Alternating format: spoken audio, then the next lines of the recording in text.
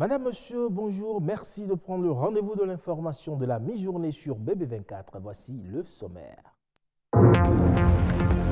2 semaines déjà que les fêtes de fin d'année sont passées, mais certains couturiers continuent de se plaindre de l'absence de clients. Constat à suivre dans cette édition.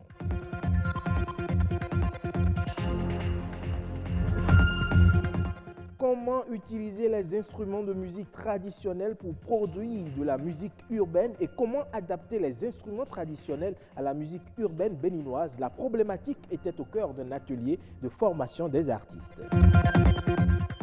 Enfin, l'édition des 50 ans du FESPACO, Festival panafricain du cinéma et de la télévision de Ouagadougou, se précise. C'est l'un des plus grands festivals de cinéma africain qui se déroule au Burkina Faso.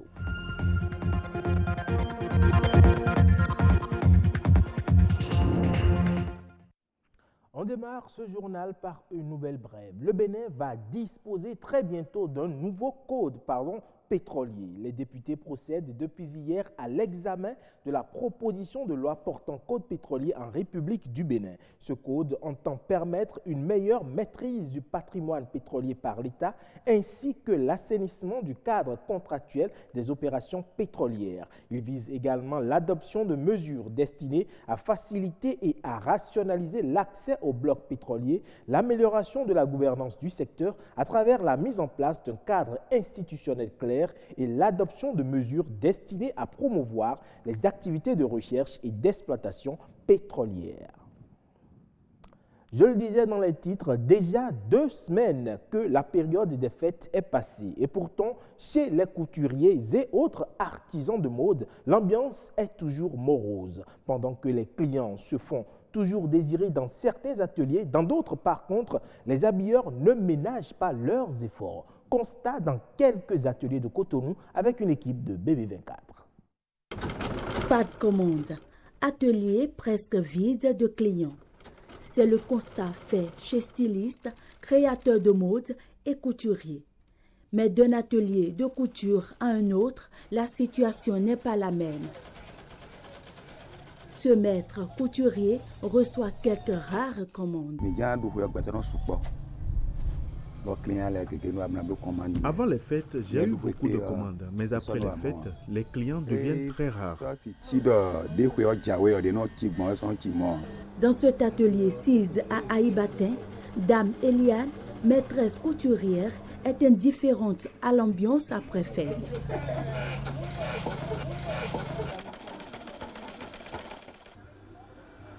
Ces vitrines sont pleines de tissus à coudre.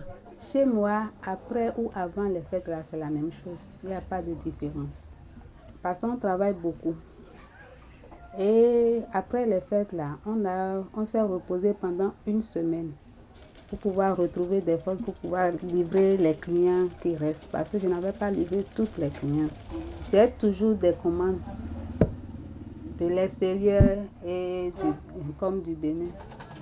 Le rythme de travail peut fluctuer lorsqu'il s'agit d'importantes et d'urgentes commandes.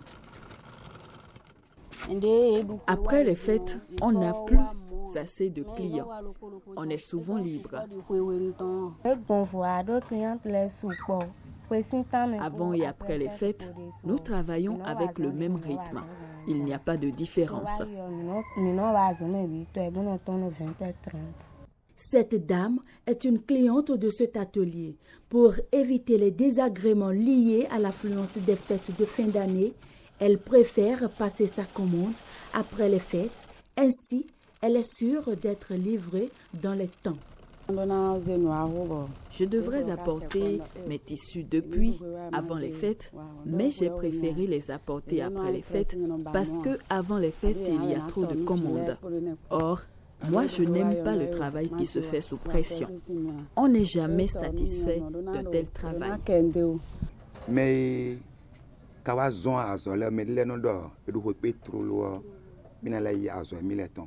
il y a des clients qui préfèrent la livraison après fête. Donc moi, je me mets au travail pour ne pas les décevoir. Si certains espèrent le grand retour des clients, Les autres continuent le travail avec le même rythme et le respect des horaires d'ouverture et de fermeture de leurs ateliers. Musique moderne, musique traditionnelle, l'opposition semble simple. Et pourtant, la relation entre les deux est indispensable dans la production des œuvres musicales. C'est ce que prônent de jeunes artistes béninois de la musique urbaine pour qui les instruments de musique traditionnelle constituent le socle de l'inspiration et de la modernité. Enoch Humpati et Edmond Humbo pour plus de précisions.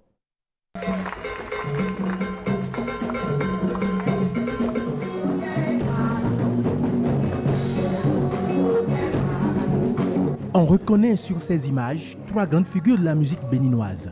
Saboran Danialo, surnommé l'homme orchestre, Angélique Kidjo, la diva de la musique africaine, et le trio Teriba. Ils déploient tout le potentiel en eux pour faire vibrer ce public au son et au rythme des instruments du terroir. Les rythmes et danses traditionnelles du Bénin, comme ceux de bon nombre de pays africains, ont un caractère non négligeable.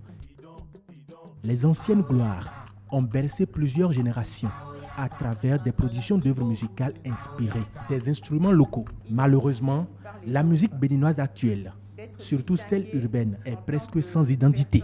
Comment s'inspirer des instruments du patrimoine culturel pour valoriser la musique béninoise? C'est là toute l'importance accordée à cette rencontre qui réunit artistes et promoteurs culturels. Les réflexions sont ici assez sur la sauvegarde du patrimoine immatériel. Il a été question pendant l'atelier qu'il va falloir qu'on adapte davantage nos instruments traditionnels et notre culture à ce que nous faisons pour avoir une musique originale et exportable. On essaie de conscientiser les nôtres pour leur dire que ce n'est pas parce qu'ils ne font pas une musique traditionnelle qu'ils doivent se dire qu'ils font une musique urbaine et qu'ils peuvent laisser de côté tout ce qui est tradition, tout ce qui est valeur culturelle et culturelle que nous avons. Retourner à la source n'est pas une faiblesse. Si les artistes musiciens de certains pays africains, comme le Nigeria, le Togo, le Cameroun et la Côte d'Ivoire, ont pu s'imposer sur la scène internationale, c'est justement parce qu'ils ont su donner une touche révélatrice de leur identité culturelle à leur musique. C'est vrai, il ne faut pas oublier son identité culturelle, il faut la prendre en compte, bien sûr, pour faire la différence. Parce qu'à l'étranger, vous êtes confronté, comme je le disais, à un monde global, il faut pouvoir faire la différence. Et si les artistes béninois veulent rayonner, ils doivent faire ressortir cette identité culturelle, qui est riche. Si vous prenez des artistes, par exemple, comme la grande Angélique Kidjo ou le guitariste Lionel Loueke ou encore John Arcadius par exemple, ce sont des artistes qui ont eu du succès à l'étranger. Mais pourquoi est-ce qu'ils ont eu du succès? Parce qu'ils ont fait voyager cette culture béninoise, parce qu'ils chantent dans nos langues, parce qu'ils ont apporté quelque chose de différent, de nouveau au monde musical. La musique béninoise peut mieux s'exporter si les jeunes artistes se donnent la main. J'ai remarqué qu'il y a beaucoup de formations dans ce pays, mais finalement, nous n'en retirons rien. Et parce que l'individualisme est au summum, chacun veut montrer qu'il est plus intelligent que l'autre. Cet atelier est vraiment important parce que pour se démarquer, il faut d'abord avoir une identité culturelle. Et l'exemple est sous nos yeux à côté. Il y a de cela, c'est quand on l'a écouté, c'est autre chose. Mais aujourd'hui, on l'écoute encore sous une autre forme parce qu'on sent qu'ils ont apporté une couleur à la musique. Donner à la musique béninoise des couleurs locales, tel doit être le défi des jeunes artistes pour un meilleur positionnement culturel du pays dans le concert des nations.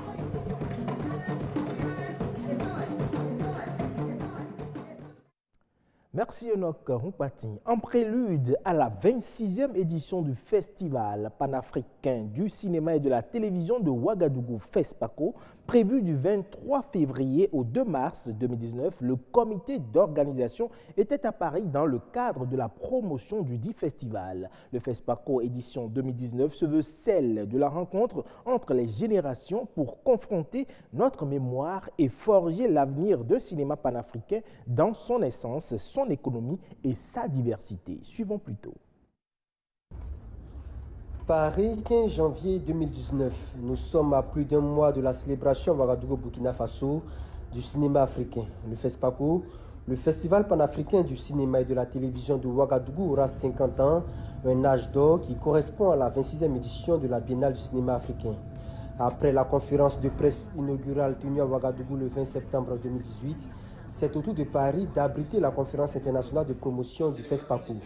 Elle se tient au siège de l'UNESCO, l'endroit par excellence de la promotion de la diversité culturelle. Le monde est en proie à l'extrémisme violent. Abdul Karim Sango croit encore à la magie du cinéma dans la promotion de la paix.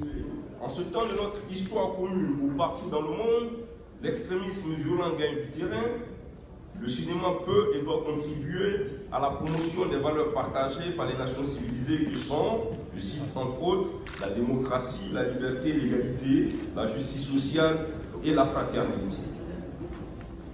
Si nous voulons construire un monde de paix véritable, le cinéma peut être un média efficace d'éducation des plus jeunes autour des valeurs précisées. Aussi, étant le lieu par excellence du dialogue interculturel et de la promotion de la paix dans le monde, le FESPACO, dans la dynamique de cette institution, œuvre à travers le cinéma et l'audiovisuel à la promotion des cultures des peuples d'Afrique et de la diaspora. La tenue de la conférence du lancement des festivités du 50e du FESPACO au siège de l'UNESCO est un symbole fort pour magnifier la diversité culturelle, le dialogue interculturel et pour célébrer toutes les cultures du monde. Ils sont nombreux, ces hommes et femmes du 7e art d'Afrique et de la diaspora, à prendre part à cette conférence internationale du FESPACO, signe que le festival suscite de l'intérêt. Il va sans dire que l'édition connaîtra des innovations à même de satisfaire les exigences des professionnels. Et que cette année, nous avons décidé de valoriser le cinéma documentaire parce qu'on s'est rendu compte que depuis quelques années, les cinéastes africains s'intéressent au genre documentaire. Nous avons créé la compétition documentaire au FESPACO pendant longtemps et à un moment donné, nous avions supprimé cette section et nous l'avons rétablie et valorisée pour qu'ils puissent compétir pour les talents d'or parce qu'aujourd'hui, il y a un intérêt très perceptible. En dépit du contexte sécuritaire quelque peu précaire auquel le Burkina Faso fait face, Abdul Karim Sango annonce les couleurs d'une célébration du 59 grandeur nature. Nous savons que c'est une grosse préoccupation, mais nous voulons vous rassurer que le Burkina Faso est reconnu pour son expertise en matière d'organisation de grands événements. Cette édition spéciale du FESPACO ne va pas déroger à la tradition. Vous viendrez dans la paix, vous séjournerez dans la sécurité et vous regagnerez vos pays respectifs dans la sérénité. Véritable opération de charme du comité d'organisation du FESPACO ici à Paris. Le 17 janvier prochain, ce sera au tour de Bruxelles en Belgique d'abriter sa conférence. L'édition se tiendra autour du thème « Mémoire et avenir des cinémas africains ». C'est tout pour ce journal. Merci pour votre aimable attention. Prenez le rendez-vous du 19h45.